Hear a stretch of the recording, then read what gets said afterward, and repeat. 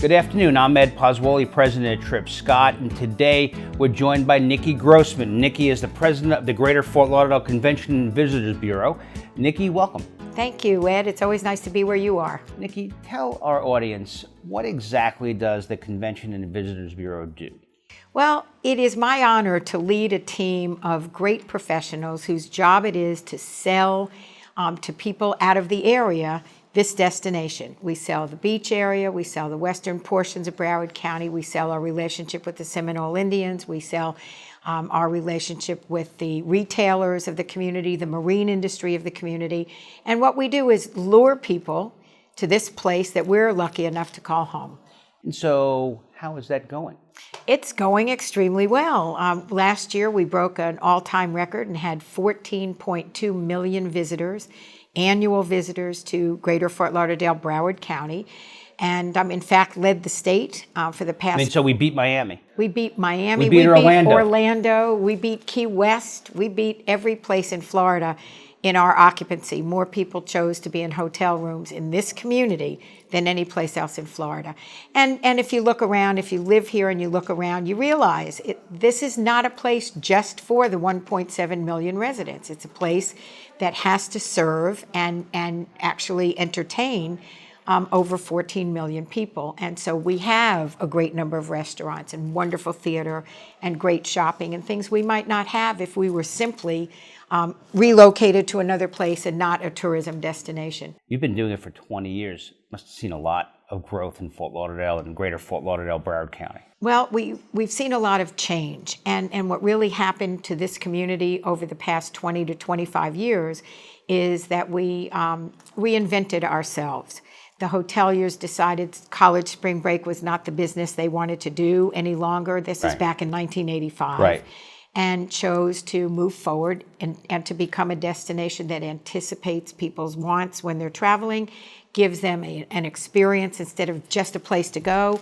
And we have evolved. We had a lobotomy about what we were going to be as a community, and then from that moment on, moved forward and became one of the fastest growing airports in the country, one of the fastest growing cruise ports in the country. We never had a convention center until 1990, and now we're one of the top 5 secondary markets for conventions and meetings. Right. So rolled the dice and came up great. Let me turn your attention to the upcoming Urban League National Conference, which is going to be July 29th to August 1st at the Broward Convention Center. You mentioned that. Wow, we're pretty fortunate to get that convention here, right here. It is an amazing opportunity for us and for the Urban League. This is the first time the Urban League has ever been in Florida. They chose Greater Fort Lauderdale over a number of competing cities. And with our negotiations with Mark Morial, who's the head of the Urban League, we came up with a package that I think their 8,000 delegate attendees are going to certainly enjoy. And it gives us a chance to be at the table with one of the largest African-American organizations in the country. A lot of business follows the Urban League.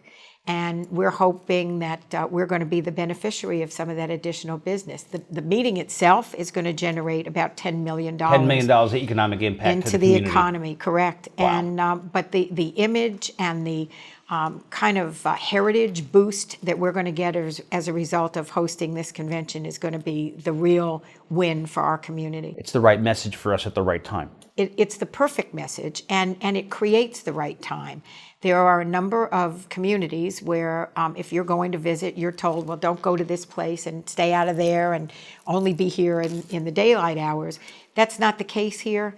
And every business, whether it's a minority-owned small business or whether it's one of the largest retailers, Sawgrass Mills in the country, every business gets to participate in the profitability of tourism. Right. So it is the right time now. Our minority businesses are thrilled and delighted to all be a part of this Urban League program, and we just can't wait to see where it leads us. And it's a great reflection of our diverse community in Broward. It screams diversity, and it says that this is a place that one of the most respected and one of the largest African-American business organizations in the world wants to be here. Well, we all look forward to that convention.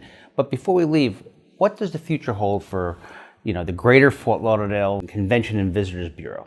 Well, we believe that everything is still on an upward path. We're projecting further growth in average daily rates for the hotels, occupancy for the hotels, bed tax collections for the county. And so we think we're still in an upward path. But there's one thing that's been missing for almost 30 years in the destination, and that is a convention center headquarters hotel at the convention center, as well as a new expansion of our building. We started out with a 300,000 square foot building. We grew to 600,000 square feet with no debt, by the way. Right. Paid cash for the expansion, and now we're ready to play with the bigger teams. And we're anticipating a 300,000 square foot expansion, keeping us just below the million marker, which is good for us because we're very comfortable in that tier, and the number of hotels we have can accommodate that number. Right. And we will finally have that convention center hotel that will generate upwards of 1 million room nights a year, additional to the room nights that we're getting now. And what's the timing on that? Well, my fingers are crossed. It's our fourth time trying to do this. Right. And if all goes well, and we have a very, very committed county commission this time. They're all on the same page, marching toward the same place.